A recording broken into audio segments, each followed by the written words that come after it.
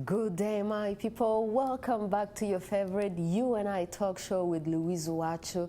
Today, my people, not only are we teaching you about meditation, but we're also teaching you about how to cheat at meditation.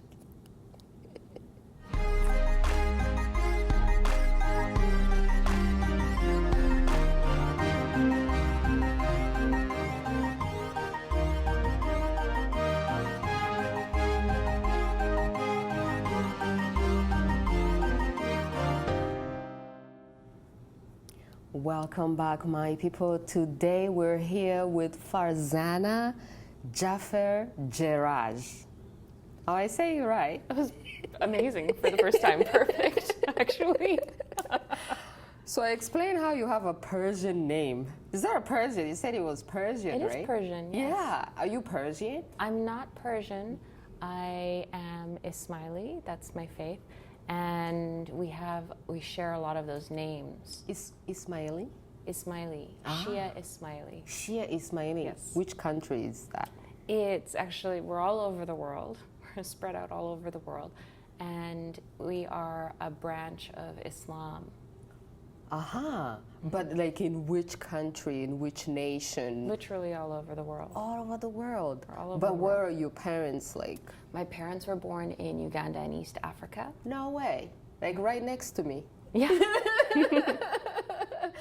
Wow. Well, welcome to the show. Thank you so much Thank for being you. here. You look so beautiful. Oh my goodness. You used to be a model. Let's tell people you used to be a model. People, she's so tall. Oh my goodness. And then you went from being just beautiful to writing, to becoming a writer. How did that happen? Wow. So before I actually started modeling, I actually started in motivational speaking and coaching. Mm-hmm. And so I started that when I was in high school. I was 16 years old, and I was, hands down, I was the most bullied child growing up in the entire school. Oh my goodness. Even because the other of your height? I think it was many things. I was different. Mm-hmm. And I think when someone is different, it's very hard to categorize them. And so I grew up being really, really bullied. And was this in Uganda? Here in Canada. I was born here. Okay. So being born here and being bullied, I had an opportunity. My mom sent me to a self-help seminar. And at that seminar, it was a Tony Robbins seminar, I was pulled out of the crowd by Joseph McClendon. He's the author of Get Happy Now and a bunch of other books. And he said, I've been watching you, and we think that you have a gift, and we're going to train you. And so wow. he set that up for me, and I wound up loving. I always wanted to help people. I always wanted to support people. And like I said, being bullied, for me, it was one of those things that I never ever wanted anyone to feel excluded. And I also, in that seminar, I had such a profound experience of realizing what it meant to feel that inner beauty in myself and realize that I, as a person, was beautiful. And so that was my first moment of really thinking, okay, this is what I want to do as a career. I had always thought of going into counseling, psychology, or psychiatry, and that was where I went for my schooling. But in my heart of hearts, I knew all I wanted to do was help people find that inner beauty and really, truly realize it, uncover that, and be their best self. Mm-hmm. So what does a beautiful person care about inner beauty? You know, I was thinking that inner beauty is for people who are not beautiful. Oh my goodness, no. I think the only real beauty is inner beauty. Uh-huh. And again, like I said, having no friends or having just one friend, the meaning behind that is, or the lesson that I got of that is that I don't have friends in my life for what they have or what they could do for me or how cool they are or how popular they are. And I mean, I think my definition of cool is very, very different from other people. I mean, I'm a self-proclaimed nerd and proud of it, but I think that the real beauty comes from who you are, what you value, what you believe in, how you live your life. And I think that kindness is one of the most beautiful things in the world. Mm-hmm. You definitely have a kind vibe to yourself. So how did you then get into writing? Today we're talking about your book, I Cheat at Meditation. Meditation is such a sophisticated thing. I mean, it's like you're trying to simplify meditation for people. Yes. So what is meditation to begin with? What is meditation? And why should people be meditating in the first place, you know? Okay. Well, first of all, meditation is something that I started when I was 3 years old. And given that I was so young, I had an extraordinarily profound experience. And I think that's because the mind was, on a physiological level, was built to meditate. And it's the different disciplines of meditation that you should, and the shoulds that people think are out there, that you should have complete silence, that you should be able to do this, you should be able to sit on the floor, all of these things that aren't necessarily true. And different types of meditation are meant for different things. And from the science of meditation, from the science of what actually happens in your brain and your body, meditation is actually reflected in your brain waves. And this alpha or theta brainwave state is what you want to get into. And so from all of my studies in hypnosis, in the mind, and psychology, what I really discovered, and 30 years plus of meditating, all different kinds of meditation, what I discovered is that it doesn't have to take 30 years to get the benefits of meditation.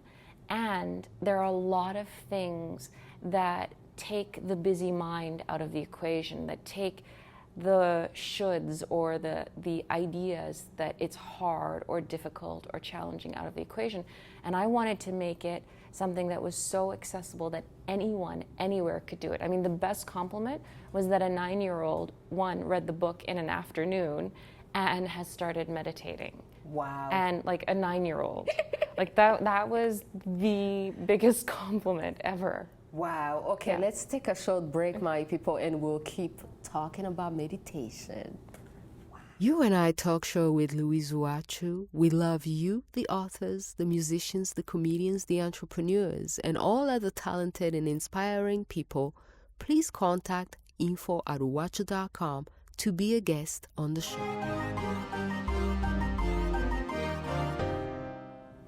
All right, my people, we're back and we're still talking about meditation. So it's necessary, you say? Well, we're so busy, true? Yeah. I don't know a single person in my life that is not extraordinarily busy, wishes that they had more time. And I think most people are attracted to meditation, but they think that they can't do it. I think it's needed. I think that a lot of meditations also, so the difference between my technique is that my technique is for the busy person. And it's specifically designed for the lifestyle we have here. We're not shamans, and we don't need to expand our consciousness and sort of drift off and be off in the clouds or be off with the spirits and whatnot. And we're not monks living in isolation. We don't need a meditation that helps us not have human contact. We are people that need to be engaged. We need to be present when we're with people. We need to be on top of things. We need our memories to be sharp. We need energy. But we also need to be calm and clear and focused, right? So that's my trifecta. Wow. Calm. So this is like meditation for this crazy world that we live in. Yes. Because it's so hectic.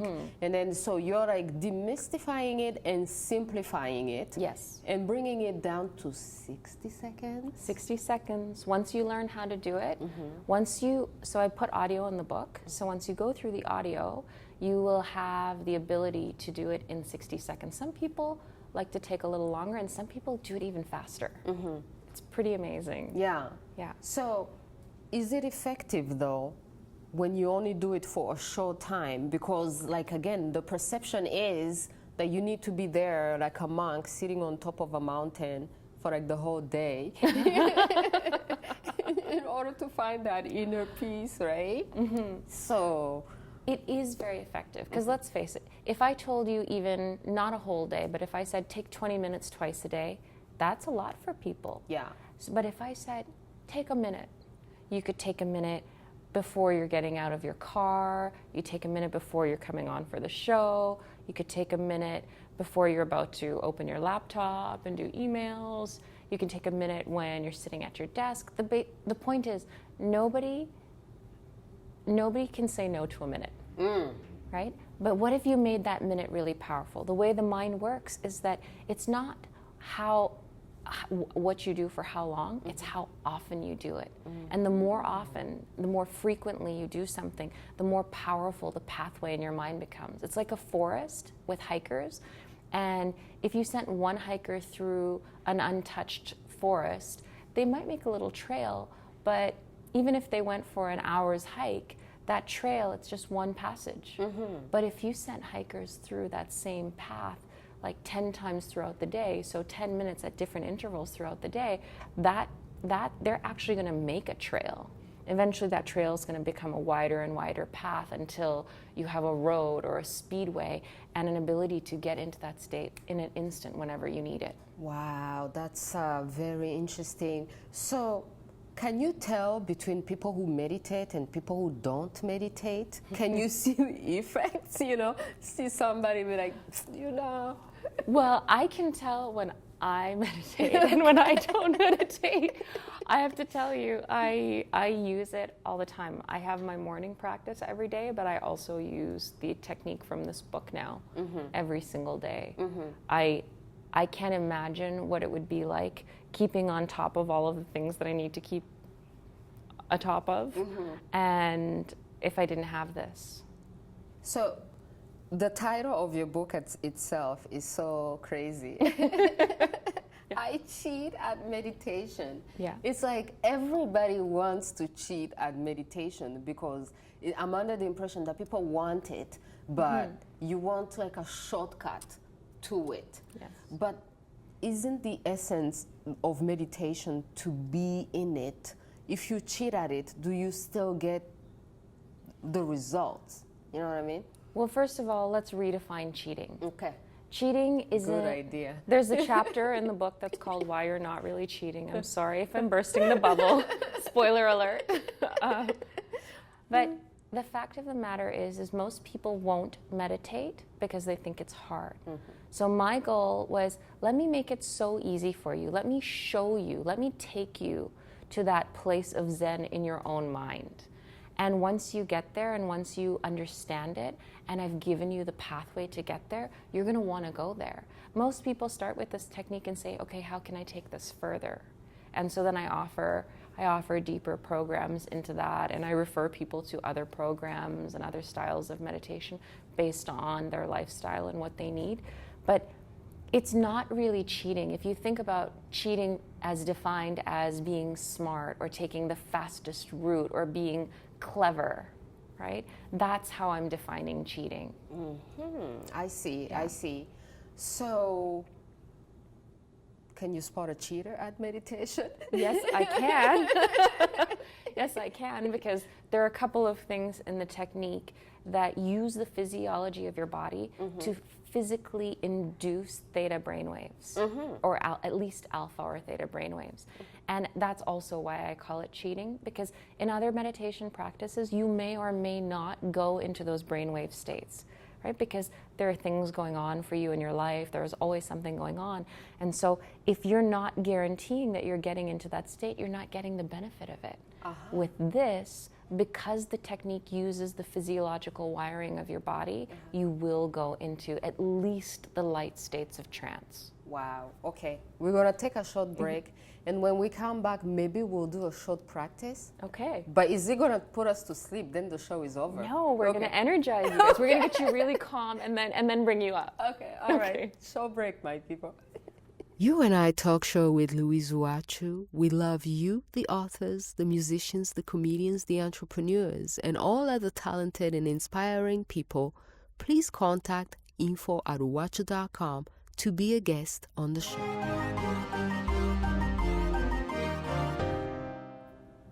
All right, my people, we're back. We want to inspire you and energize you.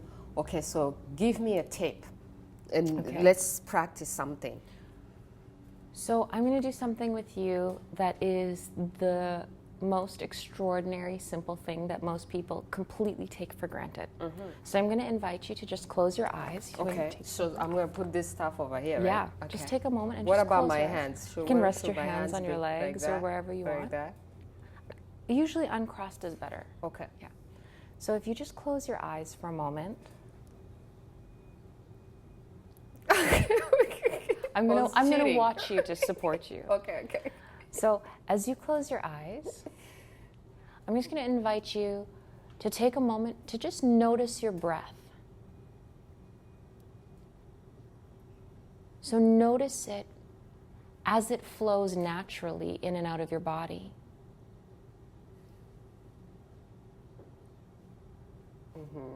As you notice your breath, what you might start to notice is that just by noticing it, just by noticing how that air flows in and out, your body begins to release and let go. Maybe your breath begins to change or soften.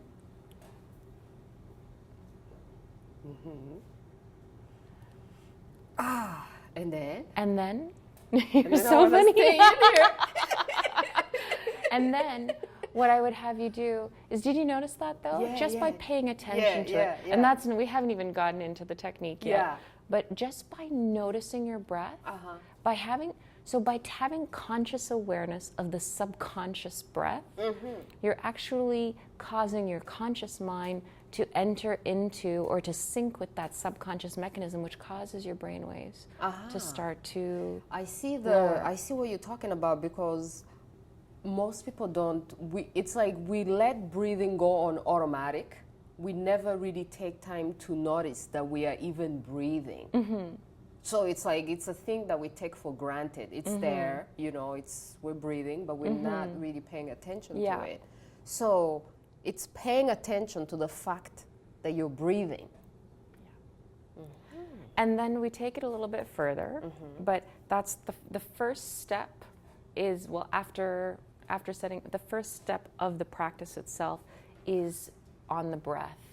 And so we start by noticing the breath, and then we use the breath in a certain way to actually literally exhale out any tension that you're feeling and bring in calmness to really allow you to settle, to really empower the use of the breath. So first we use it to kind of sync up the mind, and then to take you into a deeper state. Really letting go of things. Wow. Yeah. This is so amazing. So a person saw you in the crowd while at a workshop, and is this person a psychic, and then they saw in you that you have this? I think I was just, I can't speak for him, though he did write the foreword for the book. He actually, it was maybe 15 years later that he told me that he was told by his mentor that, he had a glow to him, and that one day he would see that in someone. And he said that he didn't tell me that in the beginning. He told me 15 years later that he saw that glow in me, and we've been friends now 20 years. What do you think your life would have been if that one moment wouldn't have happened? Wow. I think I would still be on this path, but I don't know if it would look the same. I don't know if it would look the same in terms of the uniqueness of it. I think I may have gone a more traditional route if that hadn't happened. But it was really, that moment was the first moment in my life that someone gave me a validation for something that really mattered to me, the gifts in myself that I felt were important.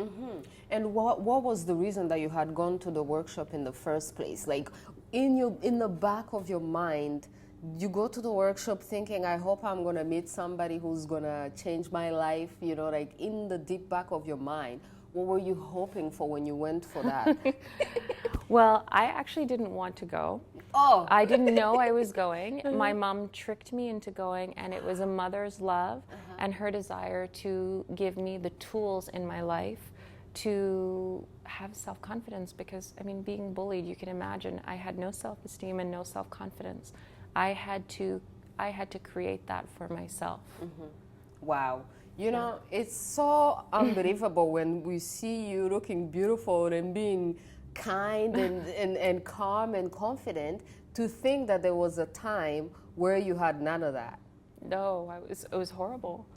The self-worth, self-esteem, and that's why I do this work, because I feel like if I can be in this place and be who I am today and be who I really am, who I believe I truly am, then I know that anyone else can too. Wow. All right, my people, let's take a short break and come back on that. You and I Talk Show with Louise UWACU. We love you, the authors, the musicians, the comedians, the entrepreneurs, and all other talented and inspiring people. Please contact info@uwacu.com to be a guest on the show.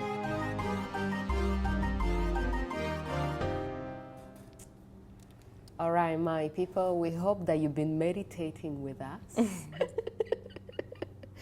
So before you wrote this book, you wrote another book, you co-wrote another book, 20 Beautiful Women. What was that about? Wow. And are you part of those 20? Did you write about yourself too? I don't understand how you're not in the book.